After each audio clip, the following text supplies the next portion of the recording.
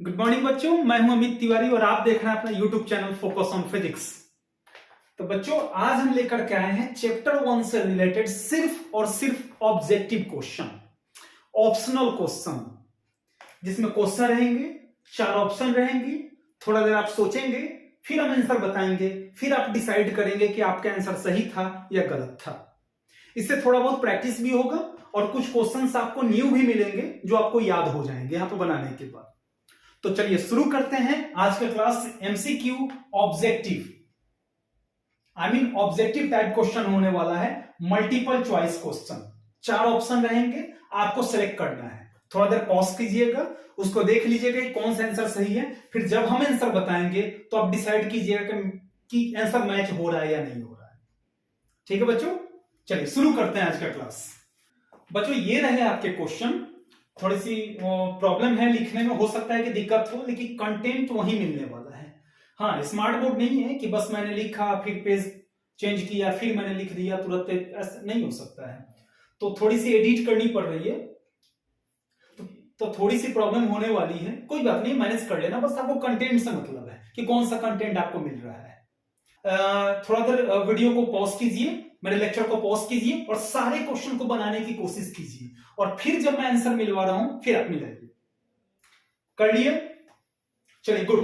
पहला question, the charge on an electron कितना होता है? पहला ऑप्शन है 1.6 इंटू 10 का पावर माइनस 19 कूलम। दूसरा 1.6 इंटू 10 का पावर 19 कूलम। दूसरा 1.7 into 10 to the power minus 19 coulomb. और फोर्थ ऑप्शन है 1.6 इंटू 10 का पावर 18 कूलम। समझे? कौन सा आंसर होगा इसमें? कौन सा आंसर होगा इसमें? होगा option number A. Option number A सही होगा, 1.6 into 10 to the power minus 19 coulomb. दूसरा question, the specific charge of electron. Electron का स्पेसिफिक चार्ज कितना होता है? तो देखिए पहला ऑप्शन है 1.78 into 10 to the power 11 coulomb per KG. दूसरा है 1.76 into 10 to the power 11 coulomb per KG. तीसरा 1.7 into 10 to the power minus 11 coulomb per KG. और चौथा 1.6 into 10 to the power minus 19 coulomb per KG. इसका option नंबर कौन सा होगा? ऑप्शन नंबर इसका होगा बी सही होंगे। चलिए next, third number of molecules present in a cup of water. एक कप ऑफ वाटर, कहीं कहीं ये 250 ग्राम जो लिखा हुआ है, कहीं 250 ml भी लिखा हुआ है। ठीक है ना? आपको पता है कि 1 ml इक्वल टू 1 ग्राम होता है, इसलिए 250 ml इक्वल टू 250 ग्राम हो जाएगा। इसके कौन से आंसर सही होंगे? पहला ऑप्शन है 7.36 इंटू 10 का पावर माइनस 24। दूसरा ऑप्शन है 6 इंटू 10 का पावर 24। तीसरा ऑप्शन है 8.36 into 10 to the power minus 24। और फोर्थ ऑप्शन है 8.36 इंटू 10 टू द पावर 24। कौन होगा इसमें? कौन होगा? आइए, इसका होगा ऑप्शन नंबर डी सही होगा। Next, positive and negative charges present in a cup of water. Same 250 ग्राम में कितना पॉजिटिव और कितना निगेटिव होता है? पहला ऑप्शन है 1.5 into 10 to the power minus 7 coulomb. दूसरा 1.33 into 10 to the power minus 7 coulomb. Third 1.33 into 10 to the power 7 coulomb. और फोर्थ ऑप्शन है नन ऑफ दीज। कौन होगा इसका आंसर होगा बी नंबर। ये वाला ऑप्शन सही होगा, बी नंबर। चलिए question number 5, when a body is charged by induction there is. Induction मैंने बताया था बिना टच किए हुए बॉडी को चार्ज करना है, तो उस कंडीशन में क्या होता है? Loss of charge, body neutral रह जाता है, नो लॉस ऑफ चार्ज होते हैं, या नन होगा। ये तो बड़ा आसान होगा कि इसका ऑप्शन नंबर कौन सा होगा? Option number C, no loss of charge. चलिए next, 6 number, best insulator is. इसमें से सबसे बेस्ट इंसुलेटर कौन होगा? इबोनाइट, कार्बन, पेपर या ग्रेफाइट? सोचो इसका आंसर कौन सा होगा? इसका ऑप्शन होगा ऑप्शन नंबर ए। ये वाला ऑप्शन होगा, ऑप्शन नंबर ए। कौन सा? इबोनाइट होगा, ऑप्शन ए। इबोनाइट। और 7th क्वेश्चन है फॉर अ न्यूट्रल बॉडी। जब बॉडी न्यूट्रल होता है तो मैंने पहले ही बताया था उसमें क्या होता है, इलेक्ट्रॉन प्रोटॉन के बराबर होता है। तो ऑप्शन नंबर ए इसका ये वाला सही होगा। अब अपने मन से जब टोटल क्वेश्चन मैं सॉल्व कर दूं तो थोड़ा कमेंट में जाके लिखना कि किसके कितने सही थे। सो ठीक है, ताकि मुझे भी तो एहसास हो कि आप लोग कितना पढ़े हो। सो चलिए नेक्स्ट 8 नंबर क्वेश्चन चल रहे हैं हम लोग, मिटाएं इसे हम। ये रहा question, question number 8 to 12। Pause करें, बनाने की कोशिश करें, पॉज करें, बनाने की कोशिश करें और फिर लास्ट में रिजल्ट दें कि आप लोगों ने कितना सॉल्व किया, सो कितना सही था आप लोगों का। चलिए क्वेश्चन नंबर 8 पे आते हैं। The smallest independent charge of universe, इस पूरे ब्रह्मांड का सबसे छोटा चार्ज होता है या तो इलेक्ट्रॉन का या प्रोटॉन का। इससे भी छोटे चार्ज होते हैं लेकिन वो इंडिपेंडेंट नहीं होते हैं। तो इसका आंसर होगा, 8 का आंसर होगा ऑप्शन नंबर ए। सही हुआ आप लोगों का, good. Next, number of electrons required to carry 1 unit of positive charge. ये तो 10th क्लास में भी मिला था कि 1 यूनिट पॉजिटिव चार्ज को कैरी करने के लिए कितने इलेक्ट्रॉन की जरूरत होती है। पहला 7 इंटू 10 का power 18 electron, option B 7.25 into 10 to the power 18 electron, option C 6.25 into 10 to the power 18 electron और ऑप्शन डी नन। कौन सही है इसमें, कौन सही है, कौन सही है, कौन सही है, ये वाला सही है। देखिए कभी कभी ऐसा होता है कि बोर्ड में 6.25 नहीं देकर के 6 दे देता है, नियर अबाउट कर देता है, क्योंकि चार्जेस, आपको याद है कि चार्ज का जो ट्रांसफर होता है हमेशा इंटीजर्स के रूप में होते हैं, पॉइंट के रूप में नहीं होते हैं, इसलिए वो नियर अबाउट करके देता है, 6 इंटू 10 का पावर 18 कर देता है। Question number 10, from any region how many electric field lines can be drawn. कोई भी रीजन हो, कोई भी सरफेस हो, उससे कितने इलेक्ट्रिक फील्ड लाइंस निकल सकते हैं। Option A 5, option B 3, option C 0 और ऑप्शन डी इनफाइनाइट। तो कितने निकलेंगे बाबू, ऑप्शन नंबर डी सही होगा, इसका ऑप्शन नंबर डी सही होगा, इनफाइनाइट निकलते हैं। Question number 11, firstly electric field line was introduced by. सबसे पहली बार इलेक्ट्रिक फील्ड लाइन को इंट्रोड्यूस किसने किया था।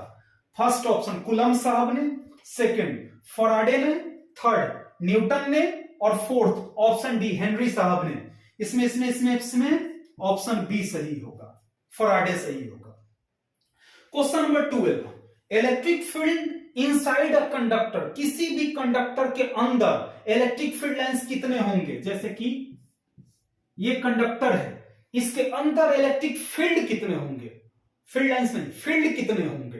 तो किसी भी कंडक्टर के अंदर फील्ड जो होते हैं वो 0 होते हैं। इलेक्ट्रिक फील्ड कितना होता है, 0 होता है। इनफाइनाइट नहीं होगा, ऑप्शन कौन सा होगा, 0 होगा। आएगा समझ में, चलिए गुड, बहुत बढ़िया। चलिए नेक्स्ट हम लोग क्वेश्चन नंबर 12 के बाद आई मीन 13 से मिटाएं से हम। चलिए बच्चों, ये रहा क्वेश्चन नंबर 13 से 17 तक। पॉज करें और बनाने से, पॉज करें और बनाने की कोशिश करें। हो गया, चलिए चेक करते हैं हम लोग। देखिए क्वेश्चन नंबर 13 है कि value of electric permittivity epsilon naught. तो एप्सिलॉन नॉट का वैल्यू कितना होता है, हमको पता है कि 8.85 into 10 to the power -12 coulomb square per newton per metre square. और ऑप्शन खोज लेते हैं, एक यहां पर है, एक यहां पर है, यहां पर प्लस वाला है, यहां पर माइनस वाला है, तो हमको चाहिए माइनस वाला, ठीक है ना। 8.85 into 10 to the power -12 coulomb square per newton per metre square. तो 13 का आंसर होगा ऑप्शन नंबर बी। चलिए उसका 14, for Coulomb's law the charges must be, for Coulomb's law the charges must be in rest. आपको पता है बाबू कि अगर बॉडी ए है, बॉडी बी है, बॉडी ए अगर रेस्ट में हो, बॉडी बी रेस्ट में हो तो कूलम्ब्स लॉ काम करेगा। बॉडी ए मोशन में हो, बॉडी बी रेस्ट में हो तो भी कूलम्ब्स लॉ काम करेगा। बॉडी ए रेस्ट में हो, बॉडी बी मोशन में हो तो भी कूलम्ब्स लॉ काम करेगा। और बॉडी ए मोशन में हो और बॉडी बी मोशन में हो तो कूलम्स लॉ वहां पे काम नहीं करता है। लेकिन जनरली हम लोग क्या करते हैं, सारे बुक्स में, मैक्सिमम बुक में यही ऑप्शन दिए हुए रहते हैं। दैट्स वाई ये नाम ही electrostatic force, I mean charges जब रेस्ट में हो तो। दैट्स वाई ऑप्शन यहां पर कौन सा होगा, ऑप्शन नंबर ए सही होगा। Charges must be in rest, charges rest में होने चाहिए। Question number 15, the value of के यानी कि 1/4πε0। ये तो पता है कि 1/4πε0 का वैल्यू होता है 9 × 10⁹ newton metre square per coulomb square. ढूंढ लेते हैं कहां पर है, यहां पर है, option number D 9 × 10⁹ newton metre square per coulomb square. उसके बाद आते हैं ऑप्शन नंबर, क्वेश्चन नंबर 16 पर कि SI unit of electric dipole moment. Electric dipole moment को बाबू पता है कि P से डिनोट किया जाता है और फॉर्मूला होता है Q × 2a। तो चार्ज का यूनिट कूलम्ब और 2a यानी कि डिस्टेंस का यूनिट मीटर, आई मीन हमारे पास हो गया कूलम्ब मीटर। देखते हैं कहां पे है, option number B coulomb metre हो गया। अच्छा, और लास्ट इसका question number 17, SI unit of electric flux. देखिए बाबू, इलेक्ट्रिक फ्लक्स का फॉर्मूला होता है EA cos थीटा। तो cos थीटा तो डायमेंशनलेस क्वांटिटी है, उसको हटा देते हैं। यहां पर इलेक्ट्रिक फील्ड का ऐसा यूनिट होता है, इलेक्ट्रिक फील्ड जो है ना, इसका ऐसा यूनिट होता है वोल्ट पर मीटर। और एरिया यहां पर है, तो एरिया का यूनिट क्या यहां पर लिख देते हैं, इलेक्ट्रिक फील्ड का यूनिट क्या यहां पर लिख देते हैं। इलेक्ट्रिक फील्ड का यूनिट क्या होता है, वोल्ट पर मीटर, और ऊपर कितना है, एरिया है, तो इनटू मीटर स्क्वायर। सबको ऊपर भेजें तो मीटर 2 में से मीटर 1 माइनस गया, वोल्ट मीटर, यानी कि इसका ऑप्शन हो जाएगा आपका ऑप्शन नंबर ए। समझ में आ रहा है आप लोगों को अच्छे से, बहुत बढ़िया, गुड। चलिए नेक्स्ट देखते हैं क्वेश्चन नंबर 18। मिटाएं से हम मिटा रहे हैं बाबू, थैंक यू बच्चों। ये रहा 18 से 22 तक क्वेश्चन। देखते हैं, इसको बनाते हैं, पॉज करें और बनाएं। बना लिए? मुझे पता है कि इतनी जल्दी आप नहीं बनाए होंगे, लेकिन पॉज करके बनाना है, फिर मेरा वीडियो आगे देखो, मजा आएगा देखने में। इसी तरह हर एक चैप्टर का रिवीजन कराया जाएगा तो थोड़ा सा अच्छा रहेगा। अब समझ लो कि आप लोगों के लिए हम कितना मेहनत कर रहे हैं। सो आप लोग जो 30-35 मिनट में पढ़ोगे उसके लिए हमें कितना मेहनत करना पड़ रहा है। सो बोर्ड मिटाओ, लिखो, फिर बहुत परेशानी हो रही है। फिर भी कोई बात नहीं है, आप लोगों के लिए ये भी सही है, कोई बात नहीं है, आप लोगों के लिए कोई दिक्कत नहीं। चलिए next question number 18, the relative permittivity of medium. याद होगा, permittivity in a medium with respect to permittivity in a free space. मतलब कि किसी मीडियम में परमिटिविटी और फ्री स्पेस में जो परमिटिविटी होता है, जो फ्री स्पेस में परमिटिविटी होता है उसको डिवाइड कर देना है, यानी कि ऑप्शन नंबर ए सही है, ऑप्शन नंबर ए सही होगा। Next, surface density of charge is, surface density of charge is, क्या फॉर्मूला होता है, dQ/dA। जब चार्जेस 2D फिगर पर, जिसमें लेंथ ब्रेथ हो केवल, यानी कि 2 डायमेंशनल सरफेस पर अगर डिस्ट्रीब्यूट हो तो उसको सरफेस चार्ज डेंसिटी कहा जाता है। तो फॉर्मूला क्या था, dQ/dA, यानी कि ऑप्शन नंबर बी सही होगा, dQ/dA। उसके बाद ये dQ/dV किसका होगा, वॉल्यूम चार्ज डेंसिटी का होगा।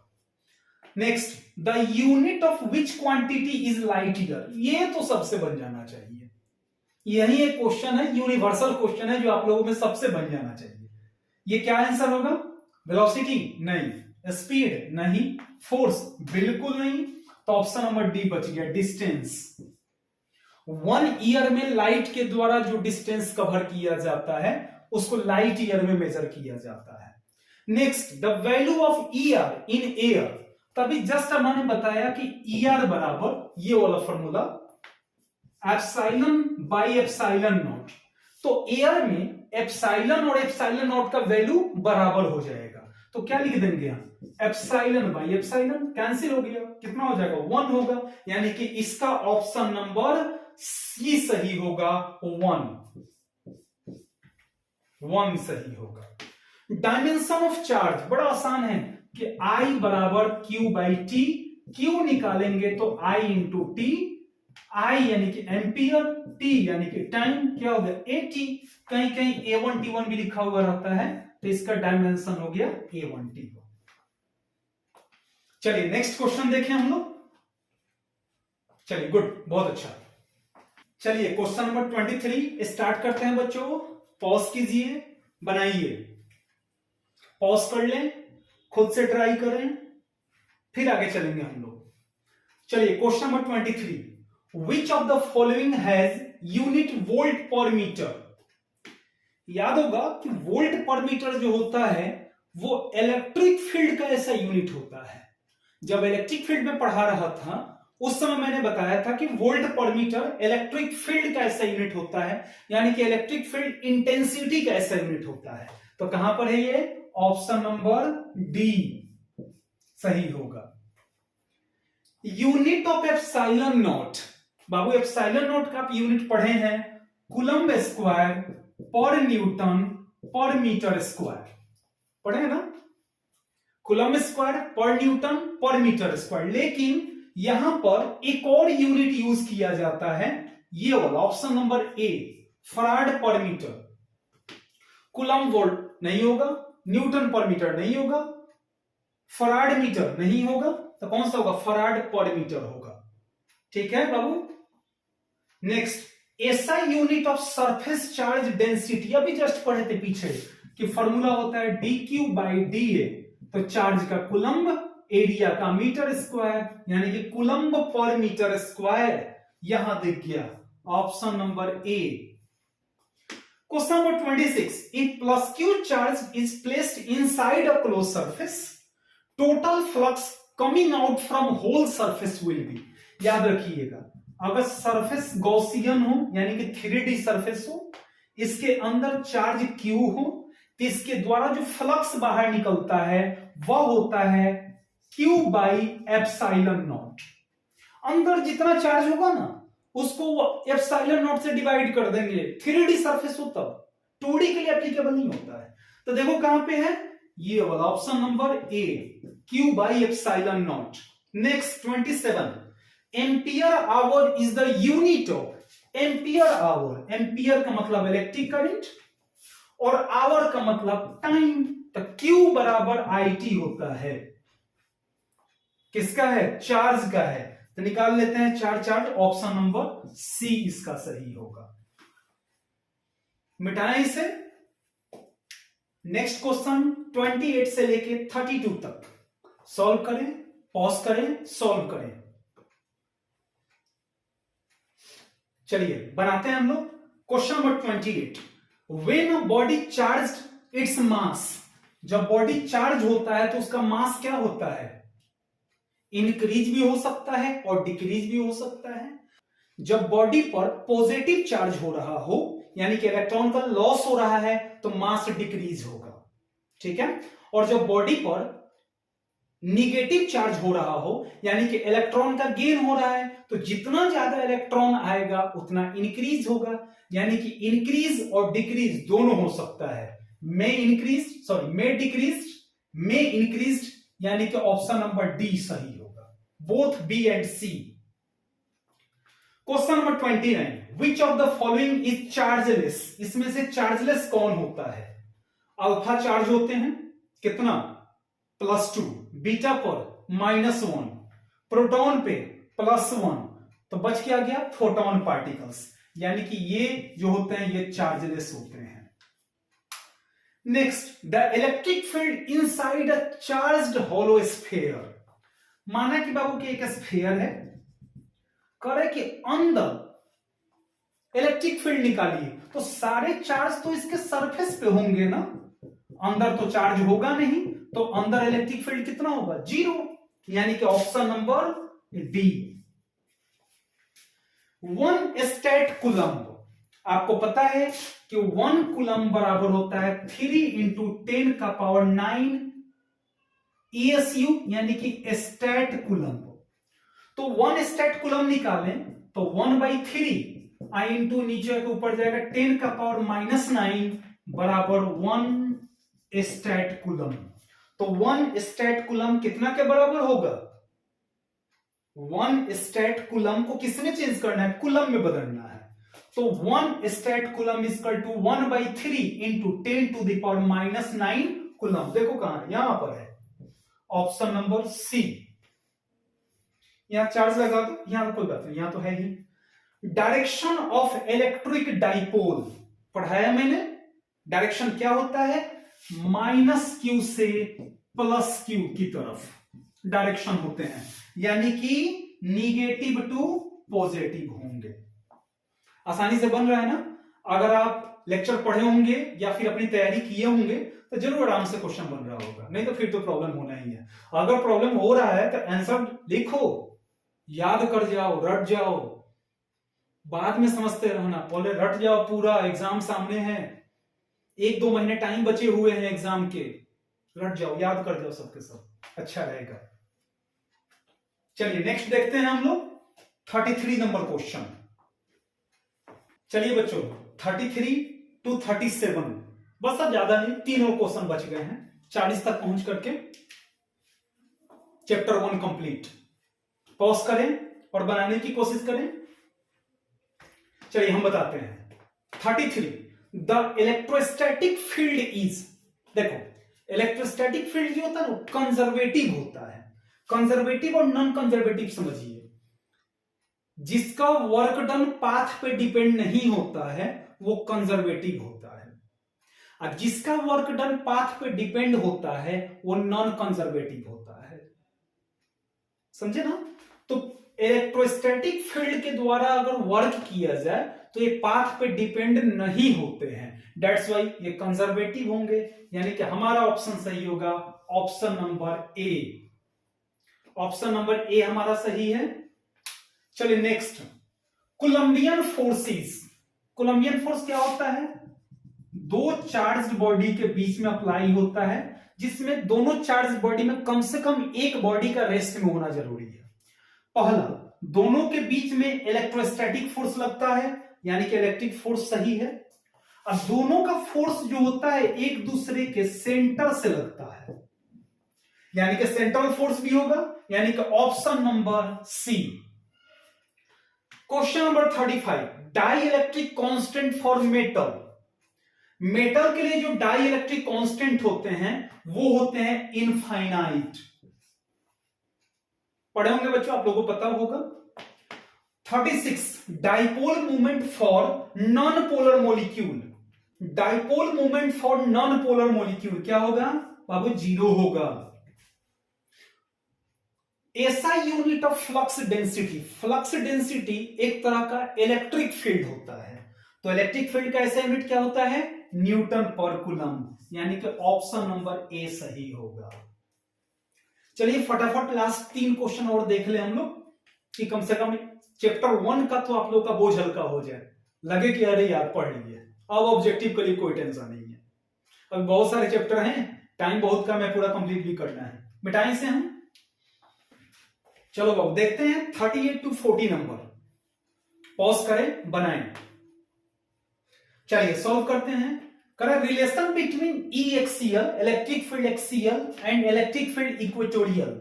याद होगा कौन सा, सी होगा नहीं, डी होगा, अरे ये तो नहीं होगा, बी होगा नहीं, तो बच क्या गया, ए होगा, दोगुना होता है।